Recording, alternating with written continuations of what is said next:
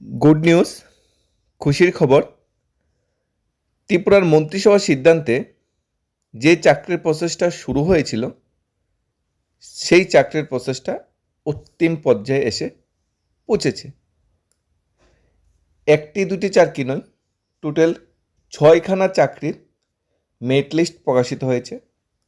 প্রথম লিস্টে 500 জন ক্যান্ডিডেট স্থান পেয়েছে। গ্রুপ সি, গ্রুপ বি ক্যাটাগরির এই ভ্যাকেন্সিগুলো বেরিয়েছিল। মেরিট লিস্টে যারা যারা স্থান পেয়েছে সবাইকে কংগ্রেস, অভিনন্দন। এক এক করে আমরা 6টি চাকরির মেরিট লিস্ট দেখে নেব এবং মেরিট লিস্টে যারা যারা স্থান পেয়েছে তাদের নেক্সট ফার্দার প্রসেস কী সেটাও আমরা জানার চেষ্টা করব। সবচেয়ে প্রথম যে চাকরির মেরিট লিস্টটা নিয়ে আমরা আলোচনা করব সেটা হলো group C category post. 4200 grade pay অনুসারে বেতন কাঠামো নির্ধারণ করা হয়েছে। এই যে মেরিট লিস্টে প্রথমত রুল নাম্বারগুলো উল্লেখ করা হয়েছে। যাদের যাদের রুল নাম্বার এখানে উল্লেখ করা আছে সবাইকে অভিনন্দন, সবাই মেরিট লিস্টে স্থান পেয়েছে। প্রথম যে চাকরি অ্যাডভার্টাইজমেন্টটা এটা বেরিয়েছিল বিদ্যুৎ দপ্তর থেকে, Tripura state electricity corporation limited থেকে। অ্যাডভার্টাইজমেন্ট 4 TCCL 25-26 7/11/2025, অর্থাৎ নভেম্বর 2025-এ চাকরি অ্যাডভার্টাইজমেন্ট বেরিয়েছিল। সেই অ্যাডভার্টাইজমেন্ট মোতাবিক রিটেন এক্সামিনেশন হয়েছিল ম্যানেজার পোস্টে সিভিল। এই যে ম্যানেজার, এটা ইঞ্জিনিয়ারিং পোস্ট। যারা যারা diploma pass out civil engineering বিভাগে তারা সবাই এখানে অ্যাপ্লাই করেছিল। অ্যাপ্লাই করার পর মে মাসের 17 তারিখ রিটেন এক্সাম হয়েছিল ক্যান্ডিডেটদের। এই রিটেন এক্সামে যারা যারা কোয়ালিফাই করেছে তাদের এখানে মেরিট লিস্টটা প্রকাশিত হয়েছে। রিটেন এক্সাম নিয়েছে বিদ্যুৎ দপ্তর অধীনে Tripura state electricity corporation limited. এখন যারা রিটেন এক্সামে কোয়ালিফাই করেছে তাদের নেক্সট চাকরির প্রসেস যেটা সেটা হলো interview. Interview date 24 July, 27 July, 28 July এবং 29 July. State guest house Sonartori capital কমপ্লেক্সে ইন্টারভিউ হবে। State guest house Sonartori capital কমপ্লেক্সে ইন্টারভিউ হবে ম্যানেজার পোস্টে। এখন যারা যারা কল লেটার পাবে ইন্টারভিউর জন্য তাদেরকে বলা হয়েছে TCCL অফিসিয়াল ওয়েবসাইট থেকে 17 জুলাই থেকে 23 জুলাইয়ের মধ্যে যাতে ইন্টারভিউর কল লেটারটা সংগ্রহ করে।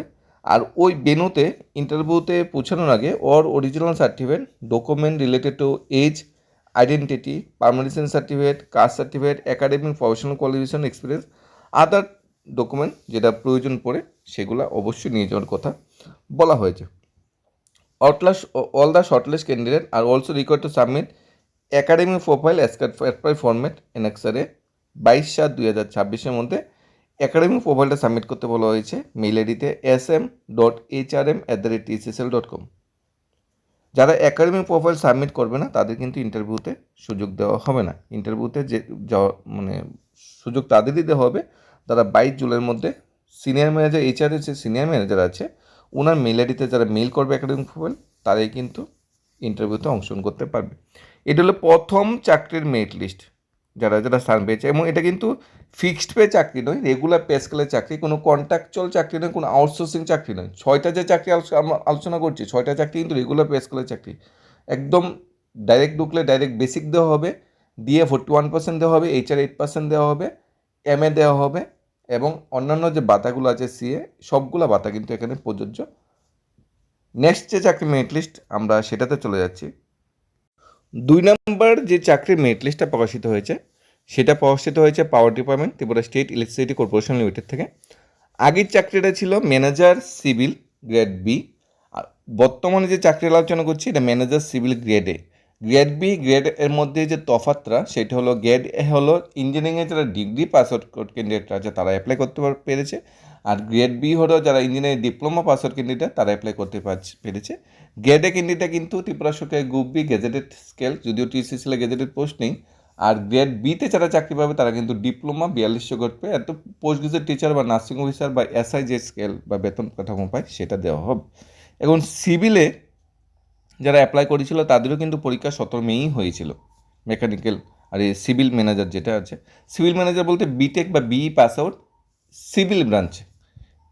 ক্যান্ডিডেটের যে রোল নাম্বারগুলো দেওয়া আছে তারা সবাই সিভিল ম্যানেজার সিভিলে সিলেক্টেড হয়েছে, মেরিট লিস্টে স্থান পেয়েছে, রিটেন এক্সাম যে হয়েছিল। এখন ম্যানেজার সিভিলে যারা স্থান পেয়েছে তাদের ইন্টারভিউ হবে 23 তারিখ। ইন্টারভিউ হবে 23 তারিখ, স্টেট গেট ও সোনারতরী ক্যাপিটাল কমপ্লেক্সে ইন্টারভিউ হবে। সকাল 10টা থেকে 11:30 হলো ইন্টারভিউ টাইম, রিপোর্টিং টাইম। 11:30টার মধ্যে কিন্তু অবশ্যই রিপোর্টিং করতে হবে। তবে এর আগে অবশ্যই একাডেমিক প্রোফাইলটা 21/7/2026 মধ্যে sm.hrm.@tccl.in যাতে পাঠানো হয়, নাহলে কিন্তু ইন্টারভিউতে সুযোগ দেওয়া হবে না। Call letter TCCL official website থেকে 17 জুলাই থেকে 22 জুলাইয়ের মধ্যে কল লেটার কালেক্ট করতে বলা হয়েছে। সবাইকে অনুরোধ করা হয়েছে সবাই যেন কল লেটারটা কালেক্ট করে নিন। নেক্সট, তৃতীয় অর্থাৎ 3 নম্বর চাকরির যে মেরিট লিস্ট প্রকাশিত হয়েছে সেটা প্রকাশিত হয়েছে। ইলেকট্রিক্যাল ডিপার্টমেন্টে ম্যানেজার নিয়োগ করা হচ্ছে, ইলেকট্রিক্যাল ব্রাঞ্চে ম্যানেজার নিয়োগ করা হচ্ছে, গ্রেডে ডিগ্রি ইঞ্জিনিয়ার। 10 মে ইলেকট্রিক্যাল ইঞ্জিনিয়ারিংয়ে এক্সাম হয়েছিল। কবে এক্সাম হয়েছিল? 10 মে। সেই এক্সাম মোতাবেক যারা ইলেকট্রিক্যাল ডিপার্টমেন্টে, যারা পাওয়ার ডিপার্টমেন্টে যারা মেরিট লিস্টে স্থান পেয়েছে ইঞ্জিনিয়াররা, তাদের রোল নাম্বার এখানে দিয়ে দেওয়া হয়েছে। বলা হয়েছে 12/7 থেকে 15/7-এর মধ্যে অফিসিয়াল ওয়েবসাইট TCCL ফলো করে ইন্টারভিউ কল লেটারটা ডাউনলোড করার জন্য TCCL official website interview call লেটারটা ডাউনলোড করতে বলা হয়েছে 12/7 থেকে 15/7-এর মধ্যে। এখানে ইন্টারভিউ ডেট বলা হয়েছে 17/7/2026, state guest house hotel Sonartari capital complex Agartala. State guest house সোনারতরীতে ইন্টারভিউ হবে। 15/7-এর মধ্যে অবশ্যই একাডেমিক প্রোফাইলটা sm.hrm@tccl পাঠানোর কথা বলা হয়েছে। কল লেটারটা 12/7 থেকে 15/7 কালেক্ট করতে বলা হয়েছে। আর ইন্টারভিউ ডেট 17/7 সকাল 10টাতে 11:30টার মধ্যে রিপোর্ট করতে হবে। সমস্ত ডকুমেন্টগুলো কিন্তু অবশ্যই নিয়ে যেতে হবে। যারা ম্যানেজার ইলেকট্রিক্যাল অর্থাৎ ইলেকট্রিক ডিপার্টমেন্টে যারা ইলেকট্রিক্যাল ম্যানেজার পোস্টে যারা এখানে সিলেক্টেড হয়েছে বা যারা স্থান পেয়েছে ফার্দার প্রসেসের জন্য। চতুর্থ চাকরির যে অ্যাডভার্টাইজমেন্ট সেটাও আমরা দেখে নিয়েছি। গ্রেড বি ম্যানেজার মেকানিক্যাল পোস্টের ভ্যাকেন্সি পেয়েছিল TCCL-এর অধীনে। 10 মে যার এক্সাম হয়েছিল, সেই এক্সামে যারা সিলেক্টেড হয়েছে ইঞ্জিনিয়ারিং ভাই বোনরা, তাদের রোল নাম্বার এখানে প্রকাশিত হয়েছে। ইন্টারভিউ 18/7, ইন্টারভিউর মধ্যে অবশ্যই বলা হয়েছে এখানে অ্যাটেন্ড করার জন্য। এখানে 10টা থেকে 10:30টার মধ্যে হলো reporting time. Manager mechanical grade A পোস্টের এক্সাম হয়েছিল 10 মে 2026।